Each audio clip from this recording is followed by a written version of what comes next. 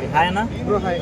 అన్న అయితే ఇన్ని రోజులు అల్లు అర్జున్ని ఇలా ట్రోల్ చేశారు అండ్ ఆయన మీద కేసు పెట్టారు కదా రేవతి గారు చనిపోవడం ఆ ఇన్సిడెంట్ వల్ల. సేమ్ నిన్న అదే ప్రీ రిలీజ్ ఈవెంట్కి వెళ్ళి రిటర్న్ వస్తుంటే ఇద్దరు యువకులు చనిపోయారు కదా మన గేమ్ చేంజర్ దానికి. ఇప్పుడు ఆంధ్రాలో సేమ్ అల్లు అర్జున్కి ఏదైతే రిపీట్ అయిందో సేమ్ అదే రిపీట్ అవుతుంది అనుకోవచ్చు అన్న. లేదా రామ్ చరణ్ కూడా అరెస్ట్ చేస్తారా? అంటే మీరు ఇండైరెక్ట్ ఏమవుతుందంటే రామ్ చరణ్ అరెస్ట్ చేయాలని అడుగుతున్నారు. మీరు చూడండి అల్లు అర్జున్ కేసుకి గేమ్ చేంజర్ కేసుకి చాలా different. So Allu Arjun case అనేది ప్రత్యక్షంగానో పరోక్షంగా అల్లు అర్జున్ ఇమ్మీడియట్ ఉంటుంది దాంట్లో. సో సంధ్య థియేటర్కి అల్లు అర్జున్ రావడం వల్ల ఆల్రెడీ పోలీసులు నోటీస్ ఇచ్చారు తనకు రావద్దని చెప్పిన తర్వాత తను వచ్చాడు. సో అక్కడ ఏంటంటే లా అండ్ ఆర్డర్ దెబ్బతీస్తాడు కేసుతో ఆ రకంగా తను అరెస్ట్ తప్ప కానీ ఇక్కడ కంప్లీట్గా గేమ్ చేసే సంబంధం లేదు. సో ప్రీ రిలీజ్ ఇవ్వంటాం ఏదైతే మన రాజమండ్రిలో వేసారు ప్రీ రిలీజ్లో. సో అందులో పవన్ కళ్యాణ్ క్లియర్ చెప్పేశాడు. సో నేను చేతిలో దండం పెడుతున్నా, ఈ రోజున అయిపోయిన తర్వాత ప్రతి ఒక్కరు క్షేమంగా వెళ్ళండి, మీ కుటుంబానికి అడిగినా చెప్పండి, మీ ఇంట్లో పెద్దలకు పాదాభిషేకం చేసాను చెప్పండి అని చెప్పాడు. సో నిజంగా ఆ మాట విని నిజంగా వాళ్ళు వెళ్ళే ప్రాసెస్లో వాళ్ళు చనిపోవడం చాలా బాధ కలిగించింది. సో ఫ్రాక్షన్ ఆఫ్ సెకండ్లో మన పవన్ కళ్యాణ్ రెస్పాండ్ అవ్వడం కానీ దిల్రాజు రెస్పాండ్ అవ్వడం కానీ చాలా బాగా అనిపించింది. సో నిజంగా చాలా మంది అంటారు అల్లు అర్జున్కి అరెస్ట్ చేశారు, ఇప్పుడు రామ్ చరణ్కి అరెస్ట్ చేయాలంటే అల్లు అర్జున్కి ఇబ్బంది అయినప్పుడు పవన్ కళ్యాణ్ మాట్లాడు మొన్న రీసెంట్గా. సో నిజంగా అట్లా వీళ్ళు వేరు కాదు వాళ్ళు వేరు కాదు, వీళ్ళంతా కూడా సినిమా ఫీల్డే. సో నేను మన పవన్ కళ్యాణ్ మాట్లాడు సినిమాలో పనిచేసే వాళ్ళు సినిమాలు తెలిసిన వాళ్ళే రాజకీయాలు సినిమా గురించి మాట్లాడండి, రాజకీయాలు దీన్ని రాజకీయ కుట్రలు పెట్టుకొని సో ఈ రకంగా రామ్ చరణ్ అరెస్ట్ చేయడం అనేది చూడండి అన్న స్పాట్లో రెస్పాండ్ అయ్యారు కదా.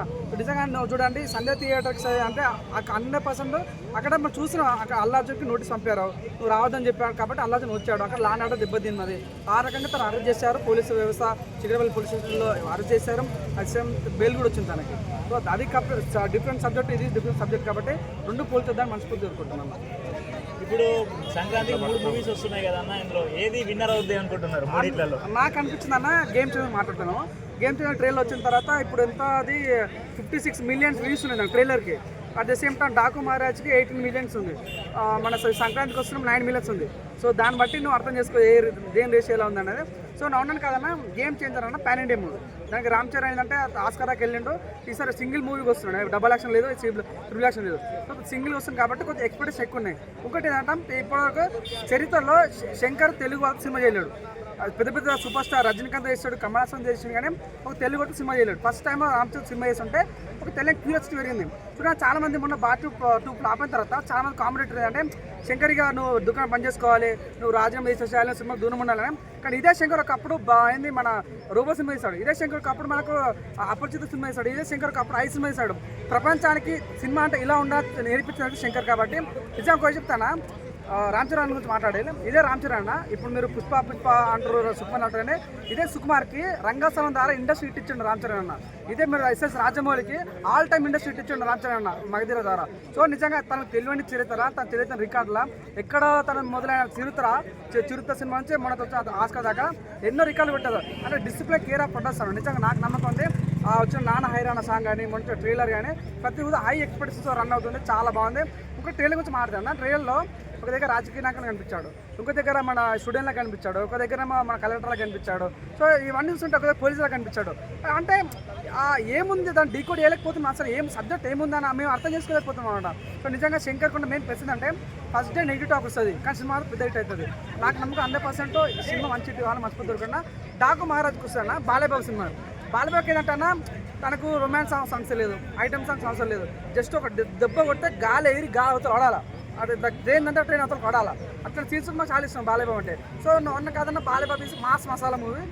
మన తమన్ అంటేనే బీజేమో తమన బాలేబాబు అంటేనే కాంబినేషన్ బాగుంటుంది, తమను బాలేబాబు 100% మాకు బ్యాక్గ్రౌండ్ మ్యూజిక్ చాలా బాగుంటుంది. ఆ ట్రైలర్ కూడా డైలాగ్ చాలా బాగా పాడారు.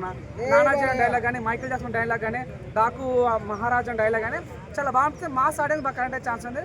ఇక్కడ చూసన్న సంక్రాంతికి వస్తున్నాం, ఆ పేరే సంథింగ్ డిఫరెంట్ అనిపించింది. ఎందుకంటే సంక్రాంతికి అన్ని సినిమాలు వస్తే ఇటు కొడతాయి, కానీ ఇప్పుడు టైటిల్ అయ్యి సంక్రాంతికి వస్తాం అనేది కాన్సెప్ట్ చాలా బాగా నచ్చింది.